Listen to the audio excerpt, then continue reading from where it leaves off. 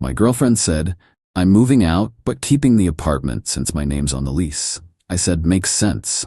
Then I removed every single item I'd paid for: furniture, TV, kitchen appliances. When she walked into her apartment, it was just 4 empty walls and her clothes. Original post: I, 29 male, have been with Ashley, 27, for 2 years. We moved in together about a year ago into this really nice 2-bedroom place. Important detail: her credit was better than mine at the time. Mine was recovering from some medical debt, so the lease went in her name only. But I paid the security deposit, first month's rent, and furnished the entire place since she was between jobs when we moved in. Last Monday, she sits me down with this serious expression: we need to talk about us. Never a good start. I've been doing some thinking and I don't think this is working anymore. I need to explore who I am without being in a relationship. Fine, breakups happen. I'm an adult. But here's the thing, she continues. Since the lease is in my name, I'll be keeping the apartment. You need to move out by the end of the month. I sat there for a second, processing. So you're breaking up with me and kicking me out? I'm not kicking you out. I'm just exercising my legal right to the apartment. It's nothing personal. Nothing personal. She's making me homeless and it's nothing personal. What about all the furniture, the TV, everything I bought? She actually laughed. Well, it's in the apartment, so it stays with the apartment. Don't be petty about some furniture, Ryan. I looked around. The $3,200 sectional couch I bought, the 65-inch OLED TV, the entire kitchen setup, KitchenAid mixer, Instant Pot, the espresso machine she used every morning, my gaming setup, the bedroom furniture, even the shower curtain was mine. Right, I said. Makes sense. She smiled, thinking she'd won. I knew you'd be mature about this. That was Monday evening. By Tuesday morning, I'd made some calls. Update 1: Tuesday, I took a sick day from work. Ashley left for her job at 8 a.m., giving me a patronizing kiss on the forehead like I was a child who'd accepted their punishment. The second her car left the parking lot, I called my buddy Jake, who owns a moving company. I need your biggest truck and 2 guys. Today, I'll pay cash. Everything okay, bro? Ashley's keeping the apartment because her name's on the lease, so I'm taking everything that's mine. Everything? Every single thing. Jake showed up at 10 a.m. with 2 movers. I had receipts for everything. I'm meticulous about keeping records. Started with the obvious stuff. The entire living room set. Couch, coffee table, TV stand, the TV, the dining table and chairs, the bedroom furniture. Bought the whole set from West Elm. My office setup, desk, chair, gaming PC, monitors. But then I really thought about it. She said, everything in the apartment stays with the apartment? Cool. Let's define everything. All the kitchen appliances I bought: microwave, toaster, blender, air fryer, that expensive espresso machine. The rugs, every single one. The curtains and blinds, replaced the terrible ones that came with the place. The pots, pans, dishes, silverware, all mine. The bathroom stuff, shower caddy, medicine cabinet organizer, even the toilet brush holder. The smart home devices, thermostat, doorbell camera, all the smart bulbs. The router and modem, I bought better ones than the ISP provided. I even took the nice hangers from the closet. Left her the wire ones. The movers thought it was hilarious. Damn, you really bought everything, huh? Yep, and now I'm taking it all. By 2 p.m., the apartment looked like a model unit before staging.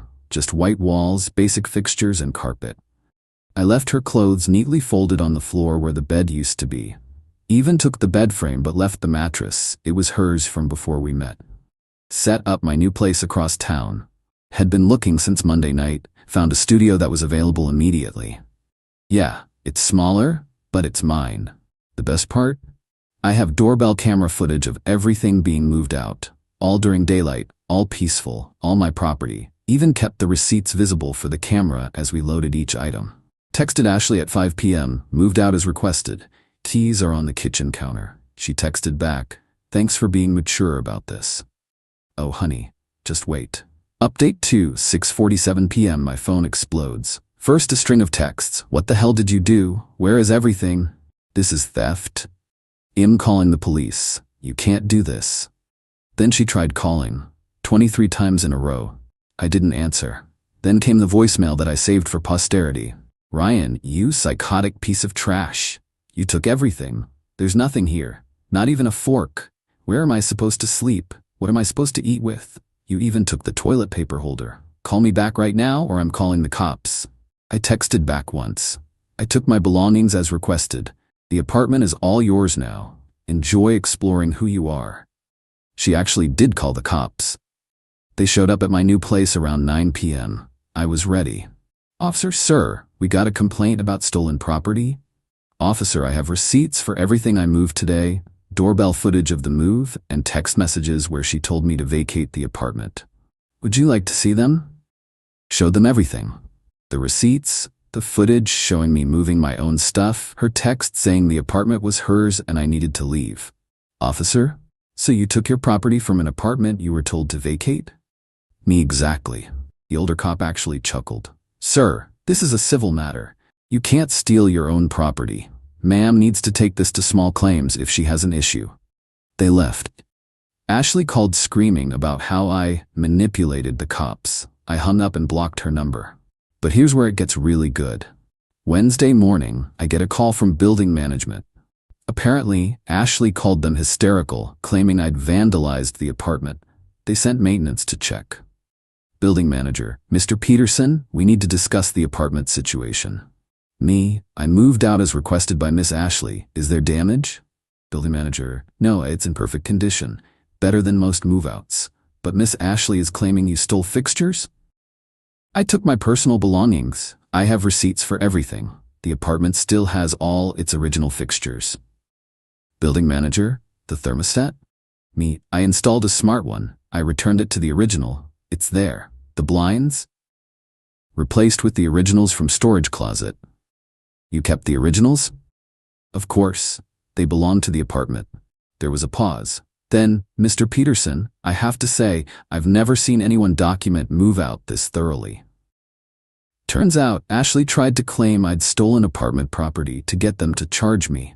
Instead, they informed her that since only her name is on the lease, she's responsible for any damages or missing items when she moves out. Update 3 Thursday. The smear campaign started. Ashley unblocked me just to send screenshots of her social media posts. Some men really can't handle rejection. Imagine being so petty that you strip an entire apartment because your fragile ego got hurt. Narcissist X, abuse, starting over. Her friends were eating it up. Comments like, you deserve better. What a man-child. This is financial abuse. So I posted my own update. Just 3 photos. 1. The stack of receipts totaling over $15,000. 2. A screenshot of her text saying, it stays with the apartment. 3. A photo of my new place, fully furnished, captioned, when she keeps the apartment but you keep everything else. My stuff, my choice. My post got shared way more than hers did. Turns out people love justice stories. But Ashley wasn't done. Friday morning, I get a text from an unknown number, her friend Megan. Ashley is staying with me because she has nowhere to sleep. You left her with nothing. She had to sleep on the floor. How can you be so heartless? Me, she has a mattress and all her clothes. I only took what I paid for. Megan, she can't even make coffee. You took the coffee maker. I bought the coffee maker. Normal people don't do this. You're supposed to split things. Me, she said everything stays with the apartment. Then she clarified that meant my stuff too. I disagreed and took my belongings. She wanted the apartment all to herself. She got it. You're a monster. She's going to sue you. Cool. I have receipts. Then came the call from Ashley's mom, Diane. Now, I actually liked Diane. She was always nice to me. But this call was different. Ryan, sweetheart, what happened? Ashley is hysterical. She broke up with me and told me to move out because the lease is in her name, so I moved out and took my belongings. She says you took everything, even the kitchen supplies. I did. I bought them. But honey, where is she supposed to live? In the apartment she wanted to keep? With no furniture? That's not my problem anymore, Diane. She made it clear the apartment was hers and I needed to leave. I left. Long pause. How much did you spend on all that furniture? Me, about $15,000 over the past year. Another pause. And she expected you to just leave it? Yes.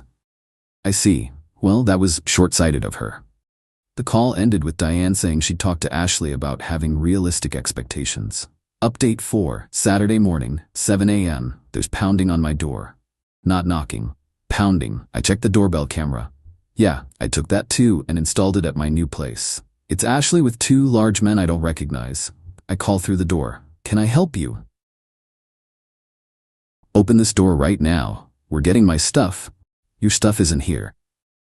The furniture is mine. We live together. It's communal property. We weren't married. I have receipts. Please leave. One of the men, just open the door, man. Let's sort this out. Sir, I don't know you. I'm calling the police if you don't leave. Go ahead. Call them. I'll tell them you stole from me. So I did. Told dispatch there were 3 people trying to force entry to my apartment. Cops arrived in 10 minutes. I showed them the footage of the pounding, the threats to get stuff, the 2 unknown men. The cop asked Ashley, "Ma'am, do you have proof this property is yours?" "We live together. It's common law." Cop, this state doesn't recognize common law marriage. Do you have receipts? Ashley, he has the receipts, but it was for us. Cop, ma'am, without proof of ownership, you need to leave. This is harassment. The 2 men, turns out they were her cousins, apologized to me directly. One of them said, "She told us you robbed her." I showed them the receipts on my phone. They looked disgusted and left without her. Ashley had to get an Uber home. But the best part happened Monday. I get a call from her friend Brittany, who was supposed to be Ashley's roommate in a few months. They had plans for me to move out and Brittany to move in. Brittany, hey Ryan, weird question. Did Ashley have a furnished apartment when you met her? No, she was living with her parents. Why? She told me the apartment came fully furnished and she was doing me a favor letting me move into such a nice place. I furnished that apartment, every stick of furniture. She was going to charge me $400 extra for a furnished place, with furniture that wasn't hers. That bit. Thanks for the heads up. Brittany not only backed out of moving in, she also told their entire friend group about Ashley's plan to rent my furniture to her. Update 5, Tuesday, I get served with small claims court papers. Ashley is suing me for theft of communal property, emotional distress, loss of peaceful enjoyment of residence. She's asking for $20,000, more than I even spent on the furniture. I hire a lawyer friend for a consultation. He looks at the paperwork and laughs. She has no case. You have receipts. She has texts admitting the apartment is hers alone, and she told you to leave. This is going to be embarrassing for her. But then, something beautiful happened. The apartment complex called me. Remember that nice building manager, Mr. Peterson? I'm not supposed to do this, but I thought you should know. Miss Ashley hasn't paid November rent. She's claiming she can't afford it because you stole her money by taking the furniture. But rent was due before I moved out. Exactly. She's been served with a pay or quit notice. Thought you might want to know in case she tries to claim this is somehow your fault too. I didn't have to wait long. Thursday, Ashley's mom Diane calls again. Ryan, Ashley is being evicted. That's unfortunate. She says it's because you took everything. Rent is the same whether the apartment is furnished or not. She quit her job. What? When? 2 weeks ago. She said she was going to manifest her dream life and didn't need corporate oppression. I almost dropped the phone. She quit her job before breaking up with me. She was planning to have me pay for everything while she found herself. Diane, she thought you'd leave the furniture and keep paying half the rent until she found someone else. Me, why would I pay rent on an apartment I can't live in? That's what I asked her. She said it was your responsibility as a man to make sure she was comfortable. Even her own mother sounded disgusted. Update 6, court day arrives. 3 weeks after the breakup. Ashley shows up in a suit that's way too formal, like she's going to the Supreme Court. I'm in khakis and a polo. My lawyer said to look responsible, but not overdressed. The judge reviews the case. Ashley goes first. Ashley, Your Honor, we built a life together. Everything in that apartment was ours. He vindictively stripped it bare, leaving me with nothing, causing me severe emotional distress and financial hardship. Miss, were you and the defendant married? No, but... Did you have any written agreement about property? No, but there was an understanding. I'll hear from the defendant. My lawyer stands up. Your Honor, my client has receipts for every item totaling $15,247. He has text messages from the plaintiff stating the apartment was hers alone and he needed to vacate. He has doorbell footage of him peacefully removing his belongings during daytime hours. The plaintiff called the police, who determined no crime was committed. Judge reviews the evidence. Miss Ashley, did you send this text saying the apartment is mine, you need to move out? Yes, but did you tell him, and I quote, everything in the apartment stays with the apartment I meant? Did you or did you not say that? Yes. Case dismissed. The defendant removed his personal property from a residence he was told to vacate. Plaintiff owes court costs. Ashley starts crying. This isn't fair. He left me with nothing. Judge, you left yourself with nothing when you assumed someone else's property was yours. Next case. Outside the courthouse, Ashley's mom is waiting. She doesn't say anything to Ashley, just walks up to me. I'm sorry about all this, Ryan. You're a good man. She needs to grow up. Mom, whose side are you on? The side that didn't quit their job to manifest nonsense while expecting someone else to pay their bills. They left arguing. Update 7. It's been 2 months now. Here's where everyone ended up. Ashley got evicted. She moved back in with her parents, who made her get a job at a call center. She has to pay them rent. She tried dating apps with photos from the old apartment to look successful. Someone recognized the apartment and tagged me in the comments. Isn't this the place you had to strip empty because she tried to steal your stuff? Her profile got roasted so hard she deleted it. Brittany, the friend who was going to move in, spread the word about Ashley's scam. Ashley lost most of her friend group. Megan still defends her, but even she wouldn't let Ashley move in with her. The apartment? The complex rented it out immediately. The new tenants actually messaged me on Facebook because they found my name on some old mail. They said the place was beautiful, but completely empty, and asked if I knew what happened. I sent them the link to my viral post. They said it was the best apartment drama they'd ever heard. My new place is smaller, but it's perfect for me. I got a promotion at work. Turns out, not having relationship drama improves your performance. I'm dating someone new, Sarah, who actually owns her own furniture and doesn't believe in manifesting rent money. Ashley texted me last week from a new number. I know you hate me, but I wanted you to know you really hurt me. I thought we were building something together. I responded, we were. Then you decided to keep what we built and kick me out. How'd that work out for you? She replied, you're heartless. I blocked that number too. Her cousin, one of the guys who came to my door, actually reached out to apologize properly. He said Ashley told the whole family I was abusive and stole from her. When he saw the receipts and texts, he realized she was full of it. Apparently, this isn't the first time she's pulled something like this. Her ex before me had something similar happen, but he just walked away and let her keep everything. That's probably why she thought it would work again. The best part? Last week, I drove past the old apartment complex and saw Ashley in the parking lot. She was there with her mom, apparently begging the building manager to give her another chance. He wasn't having it. She saw me driving by and tried to flag me down. I just waved and kept driving. Sarah asked me if I regret taking everything. The only thing I regret is not taking pictures of her face when she walked into that empty apartment. Sarah laughed. Remind me never to piss you off. Just don't try to keep an apartment you didn't pay for and claim my stuff is yours. Deal. Looking back, the whole thing cost me maybe $1,000 in moving expenses and lawyer consultation. Worth every penny to watch someone learn that you can't just claim other people's property because you want it. She wanted the apartment all to herself. She got exactly that. Just the apartment. Nothing more, nothing less. Oh, and that espresso machine she used every morning? It makes amazing coffee in my new kitchen. Every morning when I use it, I think about how she's probably drinking instant coffee at her parents' house and I smile. Karma's a beautiful thing when you have receipts. Final update. One last thing happened that I have to share. 6 months after everything went down, I get a LinkedIn message. From Ashley's dad, Robert. I'd only met him a couple of times, seemed like a quiet guy. Ryan, I wanted to personally apologize for my daughter's behavior. Diane showed me the texts and receipts. I'm ashamed of how she treated you.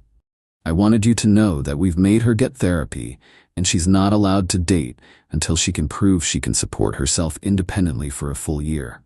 Your restraint in not pressing charges for harassment was more than she deserved. I hope you're doing well. I responded, Thank you, Robert. I appreciate this message. I hope Ashley learns from this experience. He replied, She's learning. She asked us to buy her new furniture. We told her to check Facebook Marketplace and garage sales. She said that was beneath her. She's currently sitting on a lawn chair in her room using a cardboard box as a desk. Maybe a few more months of that will teach her the value of things. Even her own father knew she needed this lesson. Honestly, I don't hate Ashley. I nothing her. She was a lesson in recognizing entitlement, protecting yourself legally, and the importance of keeping receipts. She thought she found a sucker who would fund her lifestyle while she found herself. Instead, she found herself back in her childhood bedroom, sitting on lawn furniture, working at a call center, being forced to actually grow up for the first time in her life. And me? I'm typing this from my new apartment, on my expensive ergonomic desk chair, looking at my wall-mounted OLED TV, about to make dinner for Sarah using all my kitchen appliances. Life's good when you don't let entitled people walk all over you. The moral of the story? If someone tells you to leave but thinks they're keeping your stuff, take them at their word on the leaving part. But your stuff? That goes with you. Every single thing.